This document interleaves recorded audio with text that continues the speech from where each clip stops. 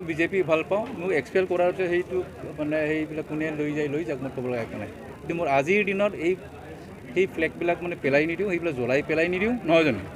কোনো যদি মই এক্সপেল কৰে বা কি কৰে এখেতসকলৰ কথা, কিন্তু আজি যদি আমি কিবা কৰিছোঁ সেইটো বিজেপিৰ ভৱিষ্যতৰ কাৰণে কৰিছোঁ।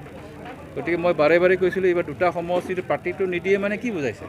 কাৰণ এই বিজেপি আৰু ভৱিষ্যতে BTC অঞ্চলত সক্ৰিয় ৰূপত নিৰ্বাচনী যুদ্ধত নানামে।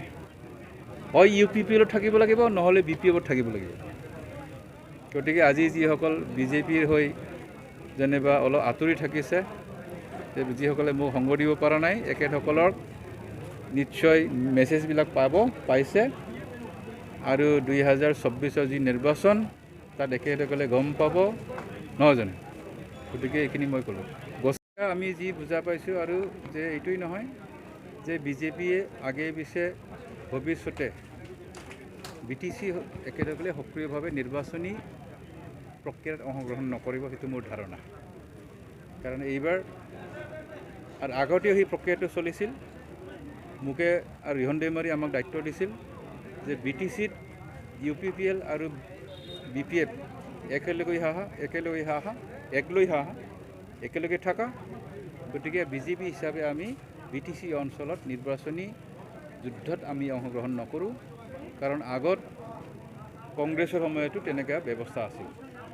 গতিকে এইবাৰো এনেকুৱা একেটা লাইনত গৈ আছে, জিকিলেও হাৰিলেও দিছপুৰ চৰকাৰ নাভাঙে, নহয় জানো? ভাই ককাইৰ মাজত যুদ্ধ কৰি আহে না যদি কান্ধত কান্ধ মিলাই আহে, যে আপোনালোকৰ কথা, নহয় জানো? কিন্তু যুদ্ধ যদি কৰে, কোনো যোনে জিকিব সি বেছি লাভ হ'ব, মানে একেসকলে পুৰস্কৃত হ'ব। গতিকে এইটো হ'ল বৰ্তমানৰ ৰাজনীতিৰ যিটো আমি দেখা পাইছোঁ BTC অঞ্চলত। গতিকে মোৰ কোনো বিজেপিৰ প্ৰতিও মোৰ আক্ষেপ নাই, মোৰ বেয়া ভাৱ নাই। আমি যি কৰিছোঁ এতিয়াও বিজেপিৰ কাৰণে কৰি আছোঁ। মই যদি কিবা প্ৰাৰ্থিত্ব আগবঢ়াইছোঁ, এইটো আমাৰ বিজেপিৰ সমৰ্থকসকলৰ।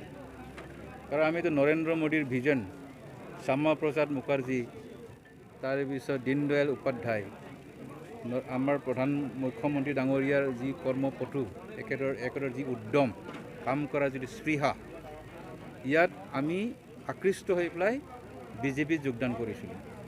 আমিতো UPPLৰ প্ৰমোদ বড়ো ডাঙৰ আদৰ্শত যোগদান কৰা নাই।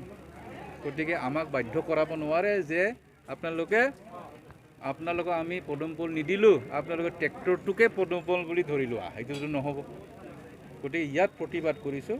আৰু আজি যদি শক্তিশালী ৰূপত BTC অঞ্চলত বিজেপিক প্ৰতিষ্ঠা কৰিবৰ কাৰণে যদি আগবাঢ়ি আহিছে, তো মই আগবাঢ়ি আহিছোঁ। কথা আমাৰ ভৱেশে ক'ব পাৰিব বা একেলগে যিবিলাক আলোচনাত জড়িত হৈছে। মোৰ কথাটো হ'ল আজি ইয়াত BTCৰ প্ৰেক্ষাপটত বিজেপি হ'ল ডিটেচ অবজাৰ্ভাৰ। বিজেপিৰ একো লোকচান নহয়, এতিয়া। গতিকে বিজেপিৰ প্ৰেক্ষাপটত যুদ্ধক্ষেত্ৰত পথাৰত আছে BPF এণ্ড UPPL আছে আৰু BPFৰ লগত এতিয়া এণ্ডাৰ ৰেষ্ট। গতিকে বিজেপি হ'লে ডিটেচ অবজাৰ্ভাৰ। গতিকে বিজেপিৰ কোনো লোকচান নহয়। যোনেই জিকি আহে বিজেপিত যাব, যোনে হাৰে বিজেপিত আছে। গতিকে বিজেপিৰ কি লোকচান আছে? আমাৰতো চৰকাৰ নচলে, চৰকাৰ সলনি নহয়, আমাৰ মুখ্যমন্ত্ৰী ডাঙৰীয়াটো সলনি নহয়, চৰকাৰটো দুৰ্বল নহয়।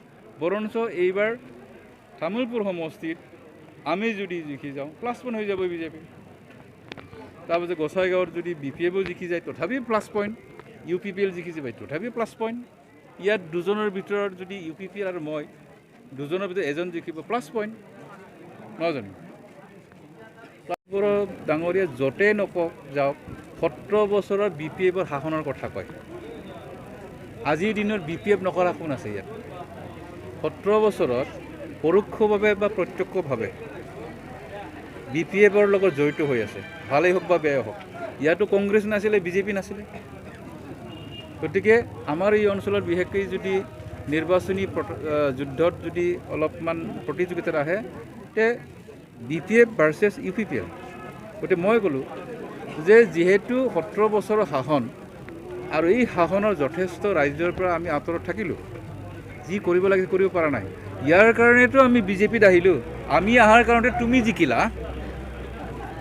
তুমি 17 বছৰৰ কথা বাদ দিয়া 17 বছৰৰ কথা মনত পৰি পেলাই তুমি এজন ৰত্নাকৰে বাল্মীকি হ'ব নোৱাৰিব নহয় এতিয়া আমাক হিচাপে দিয়া 8 মাহত কি কৰিলা বিটিআৰ একৰ্ডৰ কিমান ইমপ্লিমেণ্ট কৰিলে কি সিদ্ধান্ত হ'ল মাইনৰ্ছবিলাক আমাক দিয়া তেতিয়াহে আমি বুজিম কিন্তু 8 মাহত যদি সময় নাপায় আলোচনা কৰিবৰ কাৰণে কোনোবা কোকৰাঝাৰৰ বা ৰনগড়া ডাঙৰীয়া পঠাই দিব নিজেই ইয়াত আছে সামান্য কৰ্মকৰ্তাসকলৰ লগত যদি মত বিনিময় নকৰে ন্যূনতম অৰুণোদয় আঁচনি যদি সাধাৰণ মানুহক বঞ্চিত কৰে নিশ্চয় ক্ষুব্ধ হ'ব ৰাইজে গতিকে ইয়াৰ কাৰণেহে মই কৈছিলোঁ গতিকে 17 বছৰৰ BPF শাসন বুলি পেলাই পৰিত্ৰাণ নাপাবা